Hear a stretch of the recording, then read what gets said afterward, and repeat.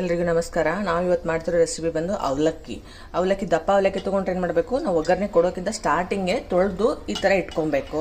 ನಾವೇನಾದ್ರು ತೆಳು ಅವಲಕ್ಕಿ ತೊಗೊಂಡ್ವಿ ಅಂತಂತಂದ್ರೆ ಮೀಡಿಯಂ ಅವಲಕ್ಕಿ ಅಂತೀವಲ್ವಾ, ಅದನ್ನು ತೊಗೊಂಡ್ರೆ ನಾವು ಒಗ್ಗರಣೆ ಎಲ್ಲ ಆದಮೇಲೆ ತೊಳೆದು ಹಾಕಬೇಕು, ಇಲ್ಲಾಂದ್ರೆ ಅದು ಮೆತ್ತಗಾಗ್ಬಿಡತ್ತೆ. ಇದಾದ್ರೆ ಗಟ್ಟಿ ಇರುತ್ತೆ, ಸೊ ಟೈಮ್ ತೊಗೊಳತ್ತೆ ಮೆತ್ತಗಾಗಕ್ಕೆ. ಅದಕ್ಕೆ ಏನೇನು ಬೇಕಂದ್ರೆ ಅವಲಕ್ಕಿ ತರ ತೊಳೆದು ಇಟ್ಕೊಬೇಕು. ಶೇಂಗಾ ಮೇಲೆ ಪುಟಾಣಿ, ಮೆಣಸಿನ್ಕಾಯಿ, ಟೊಮ್ಯಾಟೊ, ಆಮೇಲೆ ಈರುಳ್ಳಿ, ಕರಿಬೇವು, ಕೊತ್ತಂಬರಿ, ಸಾಸಿವೆ, ಜೀರಿಗೆ, ಆಯಿಲು. ಇವಾಗ ಆಯಿಲ್ ಹಾಕೊಳ್ಳೋಣ. ಪಾತ್ರೆ ಕಾದಿದೆ. ಸಾಸಿವೆ ಹಾಕೊಳ್ಳೋಣ, ಜೀರಿಗೆ ಹಾಕೊಳ್ಳೋಣ,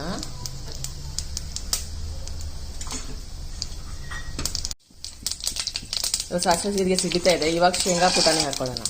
ಶೇಂಗಾ ಪುಟಾಣಿ ಸ್ವಲ್ಪ ಚೆನ್ನಾಗಿ ಅದು ಸೌಂಡ್ ಬರುತ್ತೆ, ಸಿಡಿಯತ್ತೆ, ಆ ಥರ ಬೇಯಿಸ್ಕೊಳ್ಳಿ, ಇಲ್ಲಾಂದರೆ ಹಸಿ ಹಂಗೆ ಇರುತ್ತೆ. ಹೈ ಫ್ಲೇಮ್ ಇಡಕ್ಕೆ ಹೋಗ್ಬಿಡಿ, ಸ್ವಲ್ಪ ಮೀಡಿಯಮ್ ಇರಲಿ ಬೇಯೋರಿಗೆ. ಶೇಂಗಾ ಪುಟಾಣಿ ಕಲರ್ ಚೇಂಜ್ ಆಗಿದೆ ನೋಡಿ. ಇವಾಗ ಏನು ಮಾಡಬೇಕು, ಕರಿಬೇವು ಹಾಕೊಬೇಕು. ಸ್ವಲ್ಪ ಇದಾದ ತಕ್ಷಣ ಈರುಳ್ಳಿ, ಮೆಣಸಿನ್ಕಾಯಿ ಇವಾಗ ಹಾಕಬೇಕು. ಟೊಮೆಟೊ ಆಮೇಲೆ ಹಾಕೋಣ.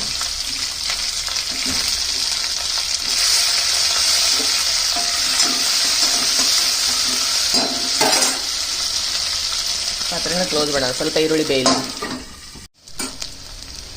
ಈರುಳ್ಳಿ ಬೆಂದಿದೆ ನೋಡಿ. ಇವಾಗ ಏನು ಮಾಡಬೇಕು, ನಾವು ಟೊಮೆಟೊ ಹಾಕ್ಕೊಬೇಕು. ಟೊಮೆಟೊ ಹಾಕ್ಕೊಂಡು ಸ್ವಲ್ಪ ಸಕ್ಕರೆ, ಆಮೇಲೆ ಉಪ್ಪು ನಿಮ್ಗೆ ಎಷ್ಟು ಬೇಕು ನೋಡಿ ಅದ್ರ ರುಚಿ ತಕ್ಕಷ್ಟು ಉಪ್ಪು ಹಾಕ್ಕೊಳ್ಳಿ.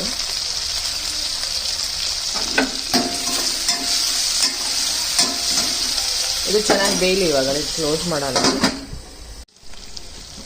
ಈಗ ಟೊಮೆಟೊ ಬೆಂದಿದೆ. ಇವಾಗ ಅರಿಶಿನ ಪುಡಿ ಹಾಕೊಳ್ಳೋಣ.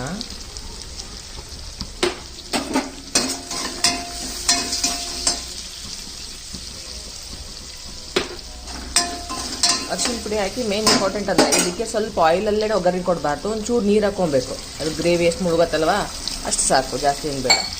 ಅದು ಸ್ವಲ್ಪ ಕುದಿಬೇಕು. ಕುದ್ದು ಟೊಮೆಟೊ ಎಲ್ಲ ಮೆತ್ತಗಾಗಿ ಆ ಥರ ಆಗಬೇಕು, ಗ್ರೇವಿ ಥರ ಆಗಬೇಕದು ನೋಡಿ. ಗ್ರೇವಿ ಥರ ಈ ಥರ ಆಗಬೇಕು. ಆವಾಗ ನಾವು ಕೊತ್ತಂಬರಿನ ಹಾಕ್ಕೊಂಡು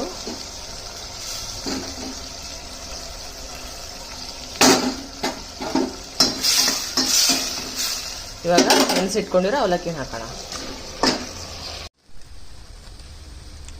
ಒಗ್ಗರಣೆ ಎಲ್ಲ ಕಲಸಿದ್ಮೇಲೆ ಈ ಥರ ಆಗುತ್ತೆ, ಚೆನ್ನಾಗತ್ತೆ ನೋಡಿ.